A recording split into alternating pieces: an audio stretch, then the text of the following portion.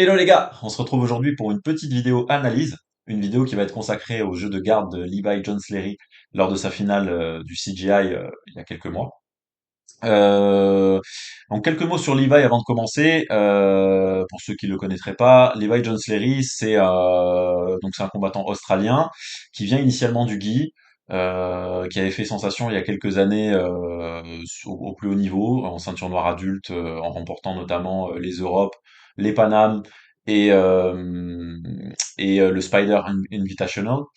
Donc c'était un combattant qui avait un jeu très axé berimbolo, Berimbolo, Leg Drag, voilà, tout ce jeu moderne un petit peu à la façon des Miao, des Mendes, etc.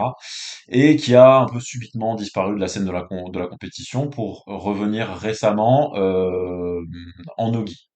D'accord. Alors à l'époque, il s'entraînait à Unity sous Murilo Santana, et depuis qu'il est revenu sur la scène Nogi, il semblerait qu'il s'entraîne de nouveau en Australie et qu'il soit qui suivent de nouveau l'enseignement de quelqu'un qui avait déjà croisé son chemin auparavant, en la personne de Lachlan Giles. Donc Lachlan Giles, un des meilleurs grappleurs australiens, qui s'est notamment illustré en remportant des combats en absolute à la DCC. Donc je trouvais important de préciser ça avant de commencer l'analyse parce que on va le voir ensemble, le style et les systèmes d'attaque de Lachlan Giles ont énormément influencé la prestation de Levi, et on va souvent faire appel à ces références-là pour expliquer le jeu de Levi, parce que je pense que c'est indispensable pour bien comprendre un petit peu les séquences qu'on va analyser aujourd'hui. Donc, sur les 5 rounds qui composent la finale du CGI qui oppose Levi à Cade Rotolo, j'ai isolé une dizaine de séquences qui sont les séquences les plus marquantes du combat pour moi, et qui vont nous permettre, voilà, de mettre en lumière un petit peu les séquences d'attaque vraiment caractéristiques du jeu de garde de Levi. Alors, on entame directement avec une première séquence. Donc, juste une première séquence simplement pour vous faire remarquer la façon dont Levi travaille en deux larriva en Ogi. Alors, ça pourra peut-être paraître évident à certains, moins à d'autres. Il y a des petites adaptations évidemment à faire quand on travaille en deux larriva en Ogi. Donc, c'est vraiment un des systèmes de Lachlan Giles. Donc, c'est une de larriva avec donc là en l'occurrence, Levi travaille sur la jambe droite de Cade, donc c'est son bras gauche qui va venir enrouler complètement le tibia, et la main droite va travailler en contrôle sur le quadriceps, d'accord? Par opposition à des contrôles qu'on pourrait avoir en gi, où on va simplement saisir la cheville et on va avoir un impact sur la posture grâce à des saisies au col. Là, on va vraiment s'enrouler avec les deux bras autour de la jambe, et ce contrôle des bras va être vraiment très très important pour travailler efficacement de l'arrivée en nogi.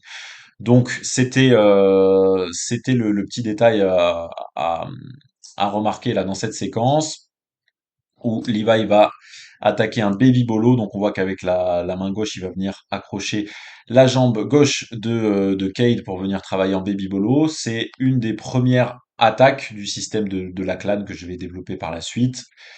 Donc, il travaille en baby, place le deuxième crochet, les deux mains en contrôle sur les cuisses, qui auraient pu aussi être sur les hanches, sans doute même s'il avait pu avoir les contrôles sur les hanches, je pense que Levi les aurait préférés, plus à mon avis plus efficace pour aller chercher le dos, et on va voir voilà, le backstep de Cade pour se sortir de la position. Donc ça c'est un premier point à remarquer sur le guard game de Levi. Pour l'instant, je vais enchaîner deux, trois séquences, et puis je m'attarderai un petit peu après pour vous décomposer un petit peu tout ce système, mais que vous ayez déjà un petit peu quelques images en tête pour mieux le comprendre. Donc, deuxième séquence, voilà, donc là, on a un Levi qu'on voit de nouveau travaillant de la riva. Voilà, c'était simplement pour vous permettre de noter toujours ce système des deux contrôles, vraiment où il s'enroule sur la jambe. Voilà, rien de plus sur cette séquence-là. C'était simplement pour accentuer un petit peu ce contrôle. Séquence suivante. Donc là, on va voir Levi qui va travailler sur la jambe droite. Donc en fait, qui va faire la de la riva de l'autre côté. D'accord? Ça me permet de répondre ou de revenir plutôt sur un point que j'aborde régulièrement avec des élèves qui viennent me poser la question, notamment des débutants, mais pas que, sur le fait d'avoir un jeu symétrique en Jiu-Jitsu. Je fais habituellement la réponse qui est la réponse de Marcelo Garcia. Il n'est pas nécessaire de pratiquer les techniques des deux côtés, d'avoir, là, par exemple, en l'occurrence, de savoir faire efficacement une de la riva des deux côtés. Ce qui est important, c'est d'avoir une option des deux côtés, quelle que soit la jambe que vous présente l'adversaire, que vous ayez voilà, une attaque à proposer, un jeu que vous puissiez installer. Ce qui n'exclut pas d'avoir, si vous êtes à l'aise, euh, des symétries dans votre jeu, ce qui est le cas de Levi là, qui est capable, comme on le voit, de travailler en de la riva à gauche comme à droite, mais c'est pas voilà, c'est pas un passage obligé. Dans le cas de Levi, c'est un choix qu'il a fait. Donc là, on le voit travailler en de la riva du côté droit sur la jambe gauche de Cade et il va attaquer une Caillotera Lock. Donc la Caillotera Lock, c'est cette clé de cheville depuis la position de l'arriba où on va venir enrouler complètement la cheville de l'adversaire jusqu'à repasser la main devant notre propre cuisse et on voit immédiatement que Cade défend la de l'arriba. Donc ça, la Caillotera Lock, c'est donc comme son nom l'indique, c'est une clé qui a été, si ce n'est inventée, au moins popularisée par Caillotera il y a quelques années. C'est une clé qu'on voyait pas mal en compétition il y a peut-être une petite dizaine d'années maintenant, qui fonctionnait bien, mais qui se perd un petit peu de vue, j'ai l'impression, parce qu'on, bah voilà, comme beaucoup de techniques, quand elles commencent à être vraiment populaires, on développe des systèmes de défense, et là en l'occurrence la défense sur la Kyotera Lock, elle est assez simple. Mon Cade lui contrôle cette jambe en de la riva, il aurait aussi bien pu passer en dessous avec son bras gauche, par exemple, pour venir stacker sous le crochet de la riva, ce qui lui aurait permis également de défendre cette clé assez facilement. Donc, ce sera tout pour cette séquence d'attaque en Kyotera, lock et en attaque. Donc la quatrième séquence qui va être vraiment celle-là, une des plus intéressantes de tout le combat. Il y aura beaucoup de choses à en dire, vous allez voir. Donc, Levi est de nouveau en de la riva sur son côté droit à lui, donc sur la jambe gauche de Cade, et va venir crocheter avec son pied la jambe droite de Cade pour venir récupérer un underhook avec la main gauche pour passer en waiter guard. D'accord? Donc ça, c'est le système de garde de la clan Gile par excellence. D'accord? J'en profite, voilà, pour faire un petit arrêt sur image et vous en dire un peu plus sur ce système. Donc, pour bien comprendre le système de la clan, on va être obligé de parler des catégories de gardes qu'il a déterminées. Donc, la clan, c'est quelqu'un qui a classifié les différentes gardes en quatre catégories. La catégorie qu'il appelle outside leg positioning, donc les gardes extérieurs, d'accord? Donc ça va comprendre notamment la de la riva, la key guard, la garde fermée, par exemple. Ces gardes où en fait on va vraiment garder l'adversaire dans le sillage de ses jambes. Ok. Deuxième catégorie, ça va être la catégorie des demi-gardes. Donc on va retrouver la demi-garde évidemment, la demi-garde profonde. On pourra retrouver également la demi-papillon. La garde assise aussi est une garde où on va avoir une seule des jambes de l'adversaire entre nos deux jambes à nous, donc on peut également la ranger dans cette catégorie-là. Troisième catégorie, on va voir ce que lui appelle les inside leg positioning, donc les gardes qu'on pourrait traduire par les gardes intérieures, avec notamment la garde papillon. On pourrait aussi citer le shin to shin, d'accord? Pareil, on a les deux crochets à l'intérieur des jambes de l'adversaire. Et enfin, une quatrième catégorie de garde qu'il appelle les leg entanglements, donc ce terme anglais qu'on pourrait traduire par les entrées dans les jambes, d'accord, qui considère comme une progression vers l'attaque, donc une position qu'on va aller chercher depuis une garde soit extérieure, soit intérieure, soit une demi-garde, pour se rapprocher d'une attaque, que ce soit une soumission, une prise de dos ou un renversement. D'accord? Donc dans cette catégorie des leg entanglements, donc des entrées dans les jambes, on va retrouver la single X guard par exemple, la X guard, la 50-50, la 70-30, voilà tout le système que les fans de Danaher nomment sous inside Ashi, outside Ashi, voilà toutes ces positions-là.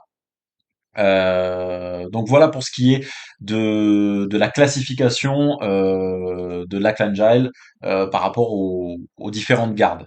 Euh, En ce qui concerne Levi, vous allez remarquer tout au long de cette analyse qu'en fait Levi utilise essentiellement des gardes extérieurs, si ce n'est que des gardes extérieurs depuis lesquels il va transitionner vers des leg entanglements, puisque ça c'est de toute façon un objectif éventuel qu'on va avoir quel que soit le type de garde qu'on utilise, puisque comme je vous l'ai dit pour la Clangile, les leg entanglements, les entrées dans les jambes sont une progression vers l'attaque. Donc si on parvient pas à lancer une attaque directement depuis la garde qu'on utilise, on va chercher à passer par une entrée dans les jambes pour accéder à l'attaque. Ceci étant dit, oui, donc je disais, Levi utilise essentiellement des gardes extérieurs qui présentent notamment pour la Clangile l'intérêt d'être des gardes extrêmement difficiles à passer.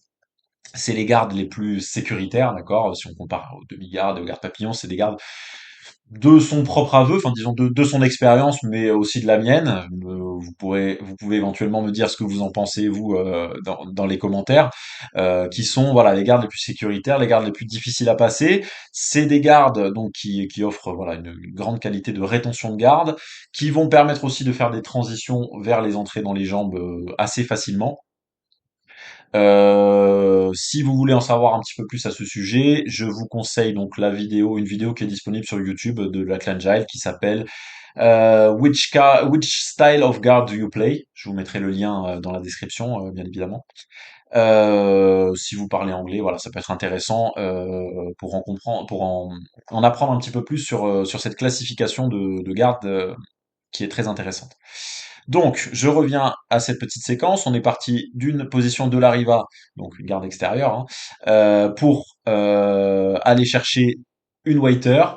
Transition, voilà, c'est caractéristique du système de la clan. Donc, la waiter guard, c'est une position que lui classifie dans les entrées dans les jambes, dans les leg entanglements. Je ne sais pas si je l'avais déjà dit. Donc, on passe d'une garde extérieure vers la waiter guard, leg entanglements, pour aller chercher un renversement.